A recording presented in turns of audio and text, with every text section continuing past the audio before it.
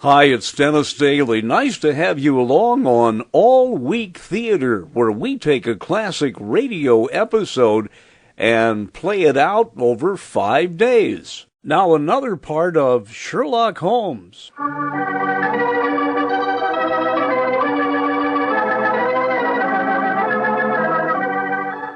Well, fellow, this must be a dreadful day for him. Yes, I'm afraid this is going to be a rather painful interview. Oh, hello, Walter. This is Mr. Sherlock Holmes and Dr. Watson. How do you do, sir? How do you do? Sherlock Holmes, huh? I've heard about you and your friend, Dr. Watson. Walter, old man, I'm dreadfully sorry about your father. Are you now? Isn't that nice of you? Well, you'll be sorry enough when you hear that I'm going to take you to court and prove that I'm the real Earl of Lochmere. Why, Walter, you're out of your mind. Am I? No. Father was out of his because he kept quiet all these years. But I'm going to have my rights. I've looked up the records. I've had genealogists working for months. And I've got all the facts that prove you're an imposter. Old man, what are you talking about? You know well enough. When Sherlock Holmes here sent your great-uncle to the gallows 20 years ago, the title and estate should have come to my father.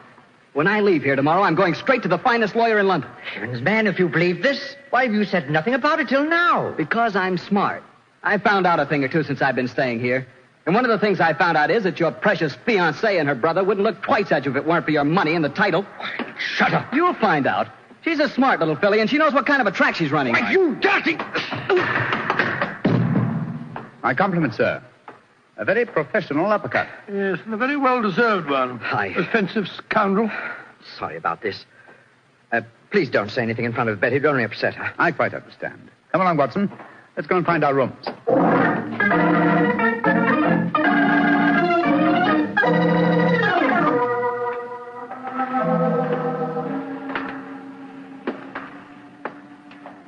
Holmes, it's nearly dinner time. Why are we wandering about here in the dark instead of having a glass of sherry with the others in the library? I'm a conscientious practitioner, Watson.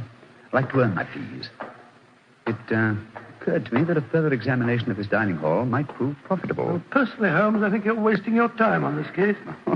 What makes you think that, old chap? It's perfectly obvious that young American fellow was impersonating the ghost a few nights ago.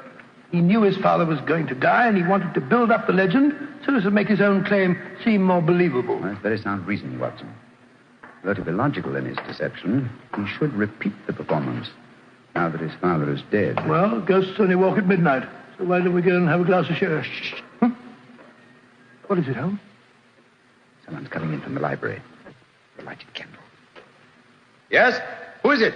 It's me, Mrs. McClintock, the housekeeper. Oh, gracious me, you gave me quite a start. I heard voices and I knew the candles were not alight in here, so I came in to see who it was. You're watching for the ghost, I suppose. Well, you'll no be disappointed, gentlemen, though you may see more than you bargained for.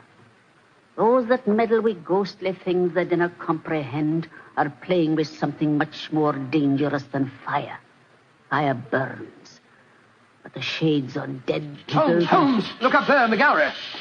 The door's opening. It's the ghost. Aye, here he comes, the poor body. See the armor on him, and the way he's dragging one leg behind him. Yes, it's really quite an effective impersonation. And the twilight provides most appropriate lighting for his play acting, too. You mean it's the young American? Of course, obviously. Look behind him. There's another figure. Yes. Dressed in the same kind of armor and carrying a sword. The game's afoot, Watson.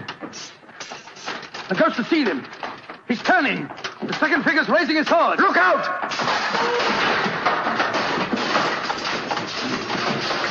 Great heavens.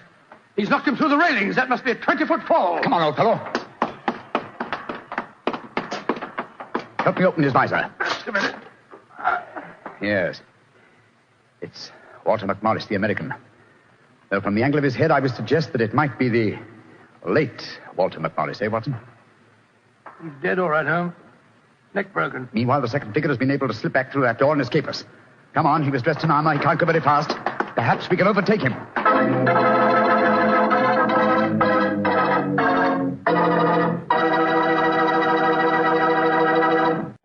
So join me next time when I take a classic old-time radio episode and split it up into 5 easy-to-digest pieces, right here on All Week Theater.